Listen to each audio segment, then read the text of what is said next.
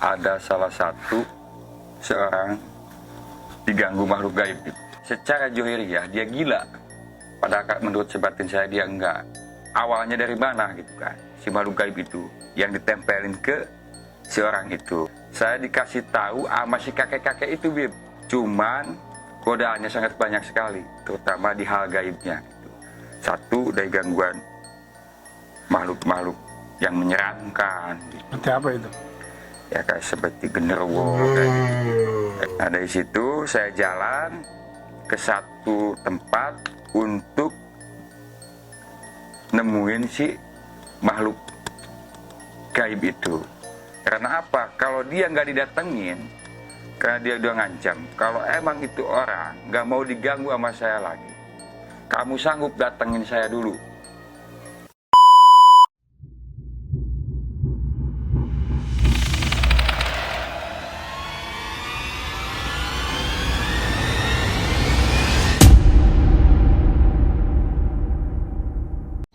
Menolong orang yang menjadi tumbal pesugihan.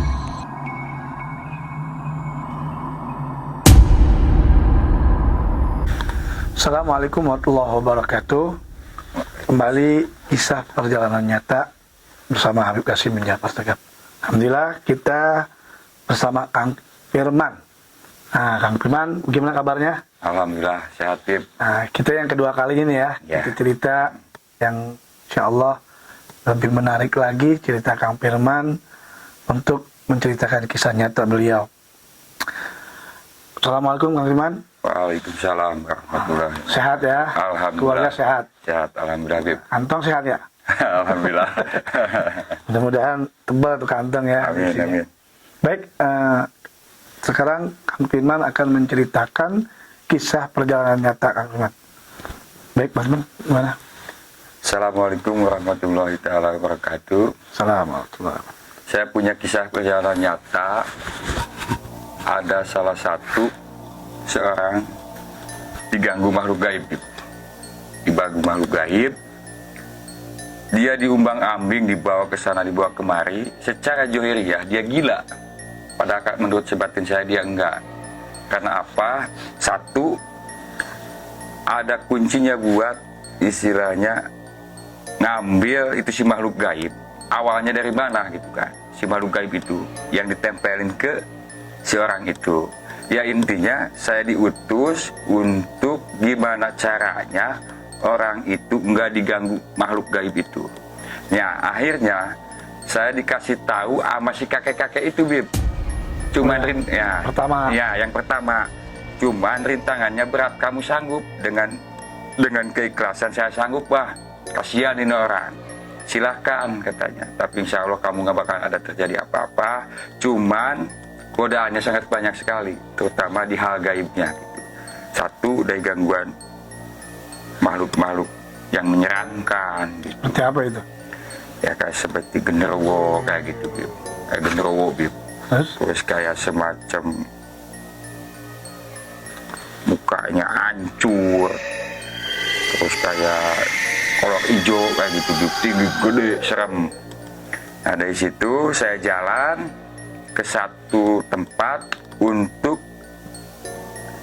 nemuin si makhluk gaib itu.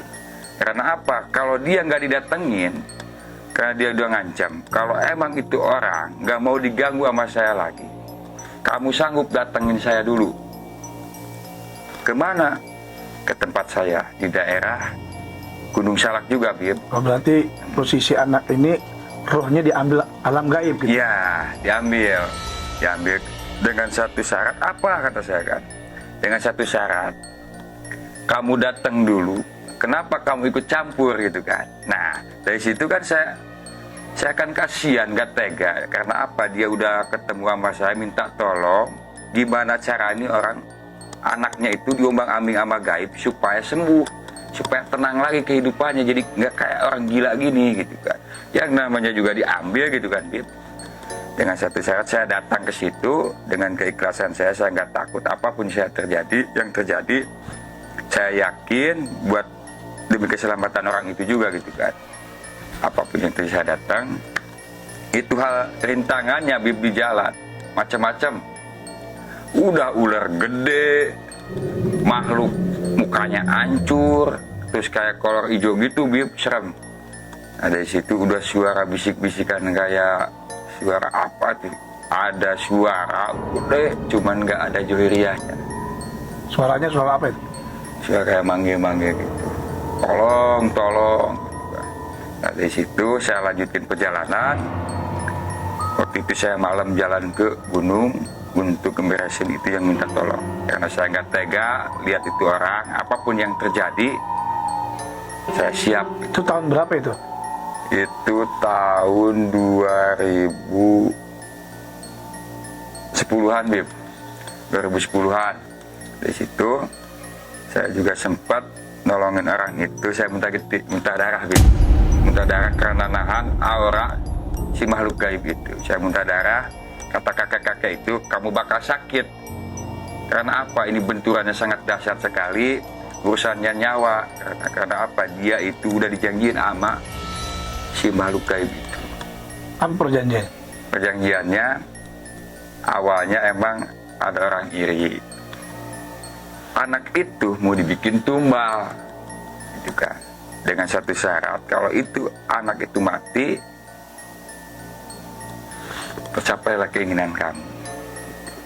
Kata saya, nggak bisa kayak gitu. Ini bisa dirubah karena apa? Kamu aja yang mati. Saya gituin kan, sama orang yang menjolimi si anak itu. Berarti kamu urusannya sama si bangsa setan itu, Bib, yang di Gunung Salak. Ya intinya dia persugihan dengan satu sabab. Dia supaya tercapai cita-citanya itu demi duniawi, menumbangkan si anak itu.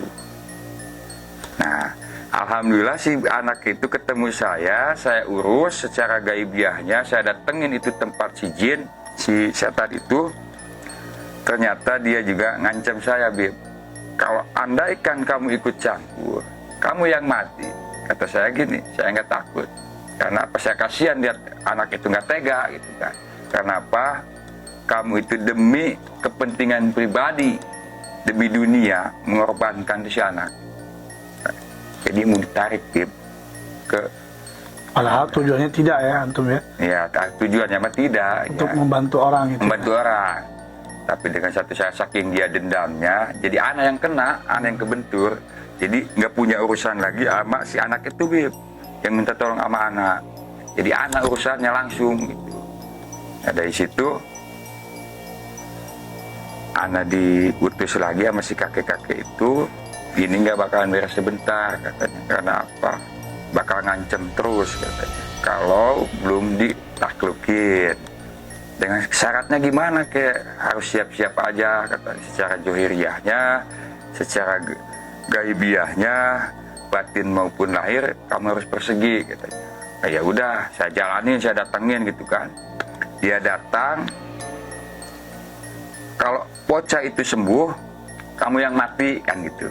Saya nggak mau. Oke, kita urusannya sama saya gitu, karena kata makhluk itu gitu. Tapi saya nggak takut, dengan keikhlasan saya lawan. Alhamdulillah sampai saat ini saya masih hidup, Bib. Orang itu juga udah sembuh, urusan sama gaibnya udah anak putusin. Kenapa? Kalau enggak dititipin syaratnya kepada para aulia, itu anak udah nggak ada, Bib. Kasihan. Terus apa yang bisa menjadi Kang Firman saat ini selamat dan orang yang memusuhi orang itu kalah? Nah, kan yang namanya makhluk halus, Bib, setan ataupun bangsa jin, ada tingkatannya. Contoh, dia takut sama wali mana, kan gitu. Oh, yang di Gunung Salak, mintalah kita berkahnya, saya ke Gunung Salak. Yang di Gunung Salak itu yang Jaya Sakti. Yang Jaya Sakti kan tahu yang punya wilayah kan. Jin ini mana jin yang baik, mana jin yang menyesatkan. Tunduknya sama yang Jaya Sakti kan. Nah, ke yang Jaya Sakti saya lapor. Yang ini gimana saya urusan sama ini. Saya pengen selamat, anak itu pengen selamat. Dengan satu syarat, nggak ada satupun korban. Gimana syaratnya? Nah, sekarang gini aja, tanggung jawab saya kan gitu. Urusan sama si siluman itu. Karena apa? Saya tahu itu siluman tujuannya apa. Akhirnya Bib, saya datang lagi ke tempat Eyang. Saya nginep di situ. Syaratnya gini, supaya nggak ada benturan gaib lagi. Secara johiriahnya, secara gaibiahnya nggak ada ancaman sama kamu, katanya sama anak itu. Kamu harus kuat lawan. Nah dari situ saya berantem, Bib. Saya batin berantem. Wah. Nah sampai muntah getih juga kan, muntah darah gitu kan, muntah darah. Akhirnya pas muntah darah saya juga nggak nyangka masih hidup gitu kan. Ini gimana saya pulang gitu kan, sedangkan saya sendiri, Bib. Tapi dengan izin Allah, berkahnya sepuh Eyang Jaya Sakti, saya selamat. Anak itu pun dengan keajaibannya sembuh, Bib. Sampai sekarang masih hidup. Itu tujuannya ya. Ya. Jadi dengan keberanian Kang Ya. Firman. Ya. Jadi syaratnya itu ya. Iya. Keberanian Kang Firman dan keberkahannya para orang-orang soleh. Iya. Masya Allah. Hadirin yang dimuliakan oleh Allah, itulah perjalanan kisah Kang Firman yang membantu korban yang ditarik ruhnya oleh seseorang yang tidak suka kepada seorang tersebut. Tapi dengan izin Allah, mungkin Kang Firman subhanallah punya kelebihan yang Allah kasih, bisa membantu daripada korban yang dizalimi. Mudah-mudahan kisah cerita ini bisa menjadi pelajaran bahwa kita ini tidak ada wala haula wala quwata illa billah. Tidak ada daya dan upaya kecuali hanya Allah yang bisa memberikan kekuatan. Dan alhamdulillah Kang Firman diberikan oleh Allah sehat walafiat. Bukan berarti beliau ini dukun atau saksi atau sakti, akan tetapi beliau ini hanya membantu dan yakin kepada para walinya Allah dan apa yang dibawa oleh Nabi Muhammad SAW. Saksikan terus perjalanan, yaitu kisah nyata, agar antum bisa menjadi pengalaman yang lebih baik lagi, agar dicintai oleh Allah. Jangan lupa, yang mau cerita-cerita bisa antum komen dan ditonton, subscribe, komen, dan like. InsyaAllah bisa manfaat. Assalamualaikum warahmatullahi wabarakatuh.